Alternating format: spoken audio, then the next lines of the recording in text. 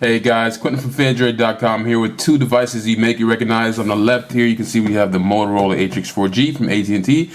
This one was released back in February of 2011. And on the right you can see we have a black box here with an HTC logo on the bottom and the Verizon logo on the top. That would be none other than the HTC Thunderbolt. And this one was released on March 17th after so long of a wait, but it's finally out. We're going to unbox both of these devices in the same video, so kind of a dual unboxing. I know one of these phones has a dual core processor, trying to find some relevance there, but yeah, we're going to start with the Motorola ATRIX 4G first, so let's get to it. Here we are with the Motorola ATRIX 4G. This is probably one of the most advanced smartphones in the market today. Has a ton of different features, a lot of cool accessories, and we can check those out a bit later. But for now, I just want to take a look at the phone. So on the back here, they detail the different accessories you can get with it. So you have the standard dock, the HD multimedia dock, the vehicle dock, the wireless keyboard, and the laptop dock. And we actually have the laptop dock and the HD multimedia dock, and we're going to check those out in a separate video. Nothing else going on the left, legal information. On the right top, you see the Android 2.2 web top for the laptop dock, dual core processor, and Moto Blur. And there's the phone. So let's just open it and see what's inside. We already read what was inside, but actually we didn't. Here's what's inside.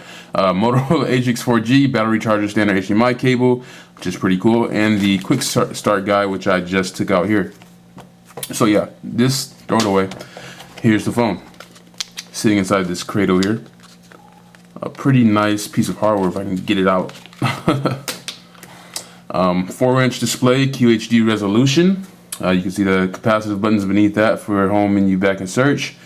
Front-facing camera at the top there for video calling, and the speaker grill.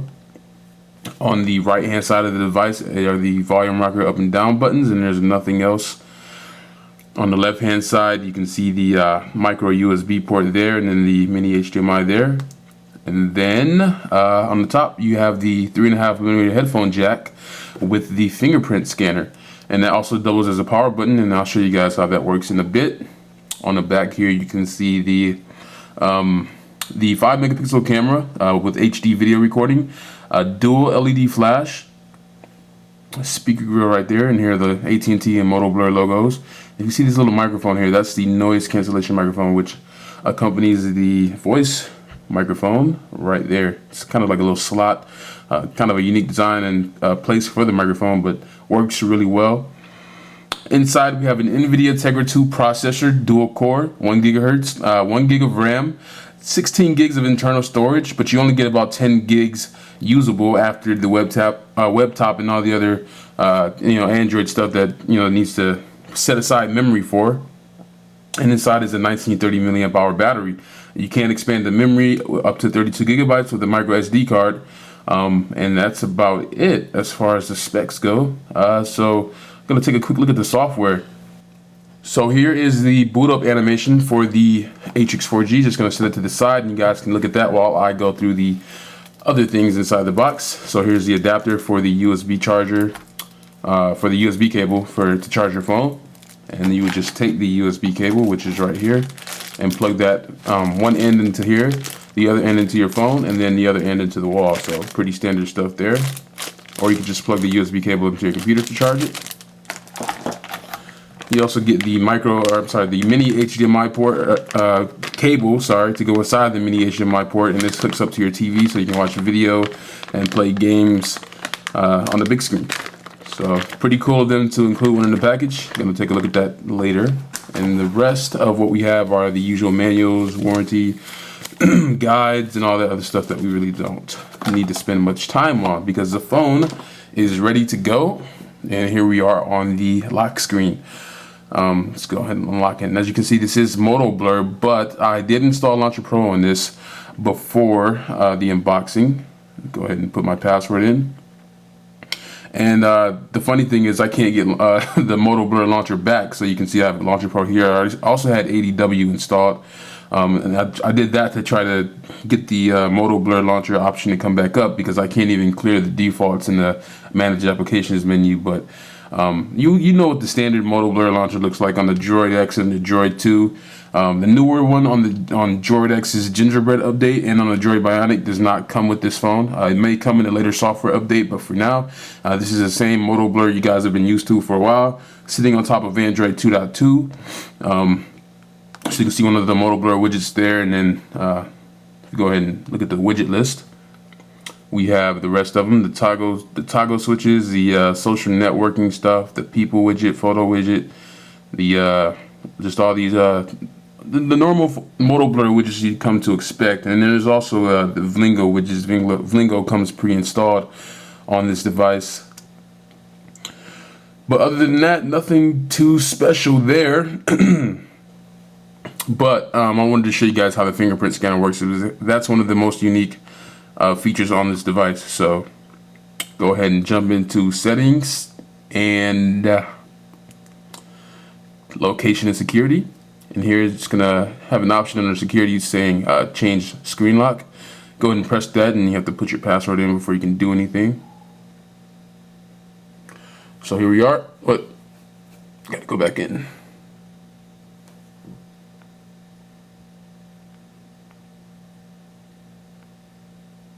Okay, so here you can see the normal selection of pattern. You can use a pin, a password, but then there's fingerprints, and you can that fingerprint scanner I showed you guys earlier, that's what you'd use that for. So just go ahead and press that, and I'll show you guys how to set that up. So here it's saying right hand fingerprint, so you can record your left and right hand, so you can unlock it no matter which hand you're holding it with. So here it's gonna need 3 accurate swipes, so I'm gonna just do it 3 times. 1, 2, and 3. Now here they need my left hand. 1, 2, 3. Successfully completed. Not sure if that's my real picture of my fingerprint. I'm sure it's not. It's the same every time. But go ahead and hit done. And now, when you power the device on, you're gonna see swipe finger sensor. So I can just swipe it.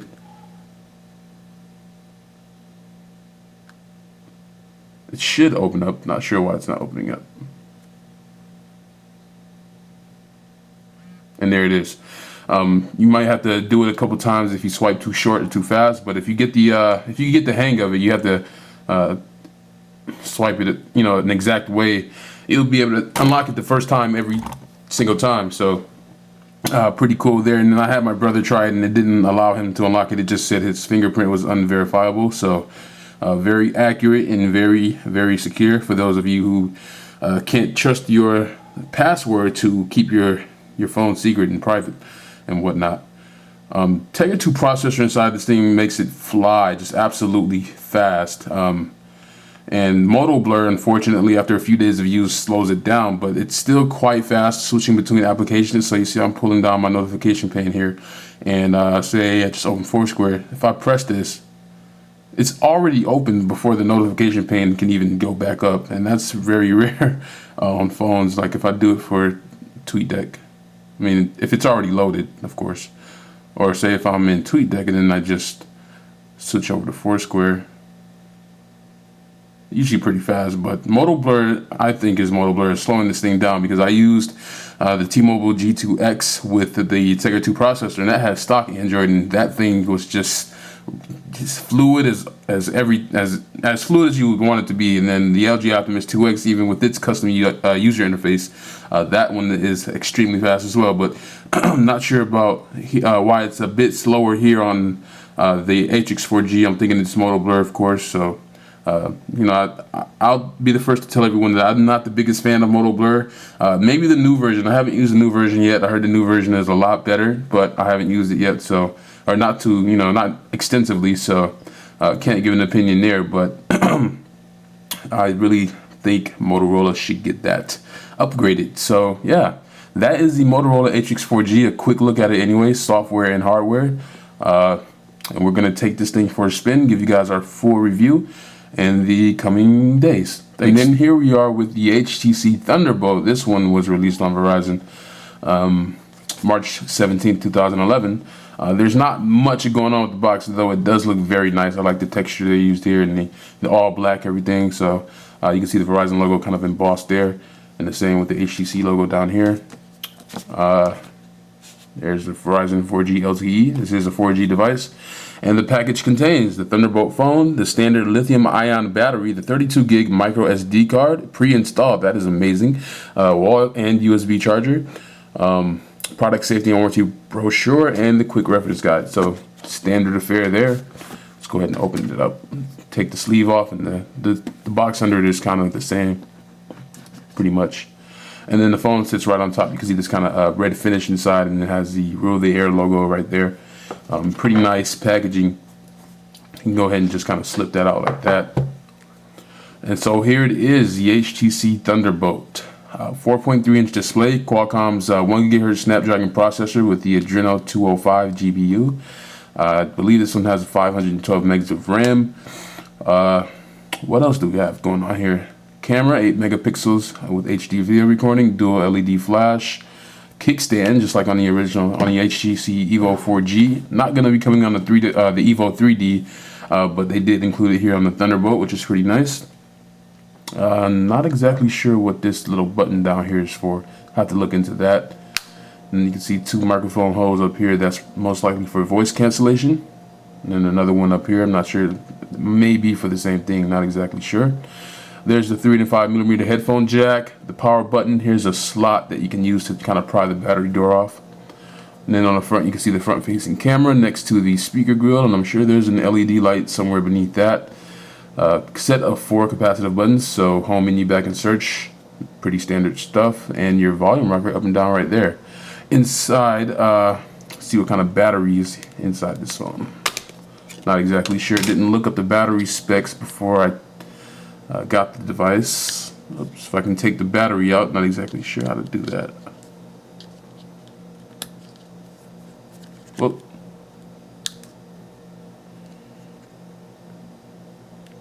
There it is. It's a little slot down here you have to pry it open with. So here's just underneath the battery, and you can see here is where you put your SIM card slot for 4G. And this is your micro SD card slot. And don't think the 32 gig is pre-installed on this one.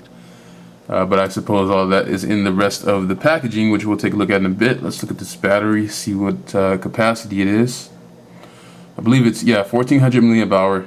You can also get a battery, an external battery charger, so you can charge up to 2 batteries at once. Because from what I hear, I'm not sure myself yet, but from what I hear, this thing takes a lot of juice, and you're gonna have to, be hooked up and charging wherever you are, like any chance you get. So there it is. Let's look at what else is inside the box while this thing is booting up. If it will boot up. Okay. Okay, you have to hold that a lot longer than other HTC phones. Other HTC phones, you just have to press it for maybe half a second. There, I had to press it for a few seconds. So let's just look at what's inside the box while that's going.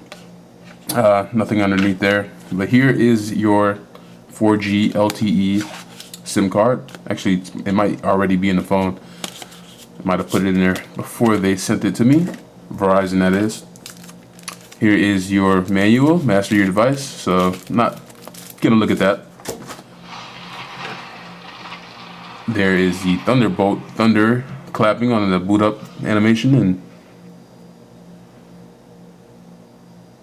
and it's gonna start up. So it's just gonna go to the normal HTC Sense home screen. And we'll take a look at that in a second. So here's your standard USB, micro USB cable. You plug that into this thing here, like so, and then you plug it into a wall. Nothing exciting there, but here is, not exactly sure what this is. There are 2 micro USB cables inside, so not sure what's up with that, but I guess so, I'll take it. Maybe one's for charging and one's for data sync. Not exactly sure. Trying to make sure this one isn't an HDMI cable, and it isn't. So yeah, 2 USB cables. Can't complain about that. And then there's nothing else inside. So throw that stuff off to the side and look at the phone itself. So here is the HTC Thunderbolt, HTC Sense Android 2.2. Nothing really special here yet. You know, we're hoping it gets upgraded to Android 2.3 soon. We know Verizon, they're very good with updates. So we expect that's going to be coming sometime down the line. And with the latest version of HTC Sense, which is 2.1. And there's actually the HTC Sense 3.0 floating out there. There's one on the, they have it on the HTC Evo 3D.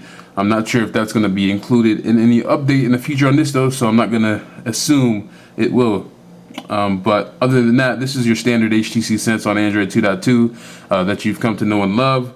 All of Verizon's standard applications, Blockbuster and let's see, you know, Amazon Kindle, and there's some other ones I haven't seen on here before. This is it's been a long time since I've actually used an HTC Verizon phone. So they have BitBop on here.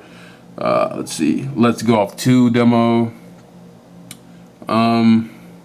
Rhapsody, TuneWiki, so a few more pre-installed applications than what I'm used to. This is not a Bing phone, this is a Google phone, so Bing is not included. And that's pretty much all you're going to need to know. If you know an HTC Sense device, then you're going to know the software on the Thunderbolt. Now, this is supposed to be a 4G device, and as you can see, I'm not on 4G. That's because I'm not in the 4G coverage area. So I can't do any 4G tests on this device, and the next time I travel to 4G enabled area will be May 9th, so I won't have the phone by then. But our very own Kevin Krause will be getting the HTC Thunderbolt in. He'll be providing his own full review. He does live in the 4G area, so he'll be testing that out as well.